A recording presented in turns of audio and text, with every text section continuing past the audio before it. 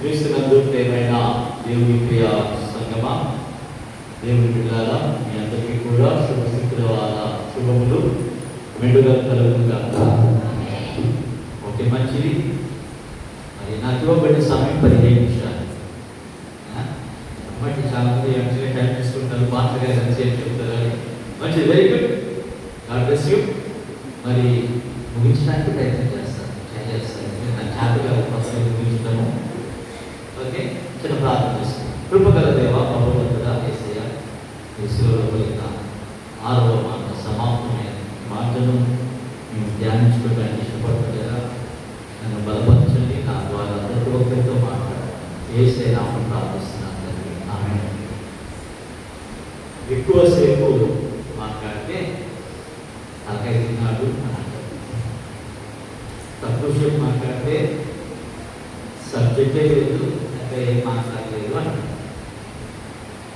యేసుక్రీస్తు వారి శిలువ మీద పలికిన మాటలన్నిటిలో చాలా చిన్న మాట సమాప్తమే. ద ఎండ్, సమాప్తం. ఇట్స్ ఫినిష్, సమాప్తమైంది అనే విషయాన్ని ఇది చాలా చిన్న మాట, కానీ ఇది చాలా భావ గంభీరం కలిగినటువంటి మాట. ఈ మాట మరి యేసుక్రీస్తు ప్రభువారు పలుకుటలో అర్థం ఏంటి అని అంటే, ఆయన పనిని కంప్లీట్ చేసేసాడు. నా పనిని నేను కంప్లీట్ చేసేసాడు. ఏంటి ఆయన పని అంటే, యేసుక్రీస్తు ప్రభువారు ఈ లోకానికి యుద్ధ నిమిత్తం వచ్చాడో ఆ పని. దేవునికి స్తోత్రం కలుగుగాక. అది దేవాది దేవుడు అది మొదటి 6 దినాలు సృష్టి అంతటిని చేసి 7వ దిన విశ్రమించాడు.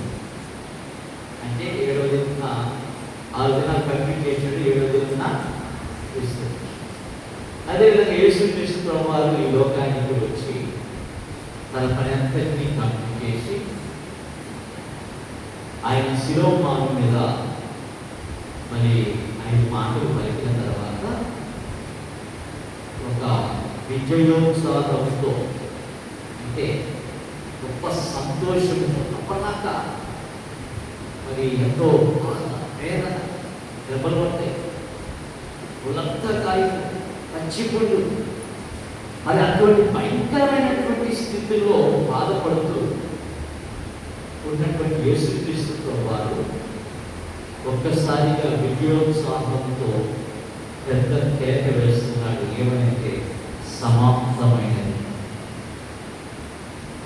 మరి ఏం సమాప్తం చేశాడు అనే విషయాన్ని మనం చూస్తే, మరి హెబ్రీయులకు రాసిన పత్రిక 10వ అధ్యాయం 12వ వచనంలో రక్షణ కార్యము ఆయన సమాప్తం చేసినట్టుగా మనం చూస్తున్నాం. యేసుక్రీస్తు ప్రభువారు శిలువ మీద మరణించి మనందరి కొరకు ఆయన తన యొక్క రక్షణని అనుగ్రహించడానికి ఆ రక్షణ కార్యమును సమాప్తపరిచినట్లుగా మనం చూస్తాం.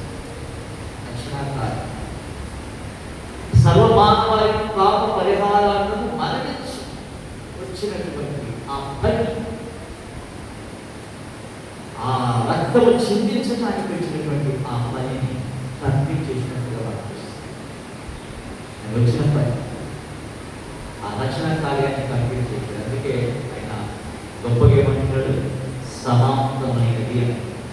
2వ విషయాన్ని మనం చూస్తే కొలస్సీయులకు రాసిన పత్రిక 2వ అధ్యాయం 14వ వచనంలో మరి మన పాపములకు ఆయన రుణమును పూర్తిగా చెల్లిస్తున్నాడు. రుణమును పూర్తిగా చెల్లిస్తున్నాడు అని మనం చూస్తున్నాం. ఏంటి రుణం అంటే, మనము పాపము చేసి సాతాను చేతిలో మనము చిక్కుబడిపోయాం. సాతాను చేతిలో చిక్కుబడినటువంటి మనను విడిపించడానికి ఆయన వెల ఇస్తున్నాడు. ఏంటి ఆ వెల అంటే, మనం విడిపించడానికి ఇస్తున్నటువంటి వెల ఏంటంటే ఆయన రక్తం. ఆయన రక్తాన్ని దారపోసి ఆ రుణాన్ని చెల్లించి ఆయన్ని విశ్వసించిన వారికి విడుదల ఇస్తున్నాడు. ఇది ఆయన చేసినటువంటి గొప్ప పని. ఈ పనిని కంప్లీట్ చేశాడంటే రుణం చెల్లించేసాడు కాబట్టి ఆయన ఏమంటున్నాడంటే సమాప్తమైనది అని.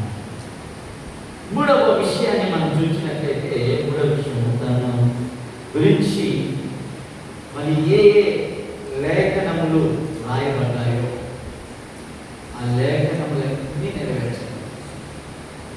యేసుక్రీస్తు ప్రభువు మరి లోకానికి వస్తాడని, లోకంలో చనిపోతాడని, ఆయన చేసే కార్యాల గురించి, ఆయన ఈ లోకంలో ఉన్నప్పుడు ఏం జరగబోతుందో అవన్నీ కూడా మరి పాత నిబంధన గ్రంథంలో ముందుగానే ప్రవచింపబడ్డాయి, లేఖనంలో తెలుపబడ్డాయి. ఆ ప్రతి లేఖనము నెరవేర్పు జరిగిపోయి దేవునికి స్తోత్రం కలుగుతాయి. అంటే కొన్ని వందల సంవత్సరాల ముందుగానే ప్రవచించినటువంటి ప్రతి ప్రవచనము కూడా ఆయన నెరవేర్చేసి ఆయనలో నెరవేర్పు జరిగిపోయింది. అందుకే మరి నేను దప్పికొంటున్నాను అనే మాట మనం ఇందాక ధ్యానం చేసుకున్నాం కదా, అక్కడ లేఖనానుసారంగా ఆయన దప్పికొట్టినట్టుగా మరి రాయబడి ఉన్నది అని మనం చూస్తున్నాం. ఆ విధంగా లేఖనం నెరవేర్పును చేసి ఆయన సమాప్తపరిచాడు. అంటే లేఖనం నుంచి నేను ముగించేశాను, సమాప్తపరిచేశాను అని చెప్తున్నాను. మరి నాలుగవదిగా కొరింథీయులకు రాసిన పత్రిక మొదటి పత్రిక 15:57 మనం చూసినట్లయితే మరి సాతానుపై విజయం సాధించాడు.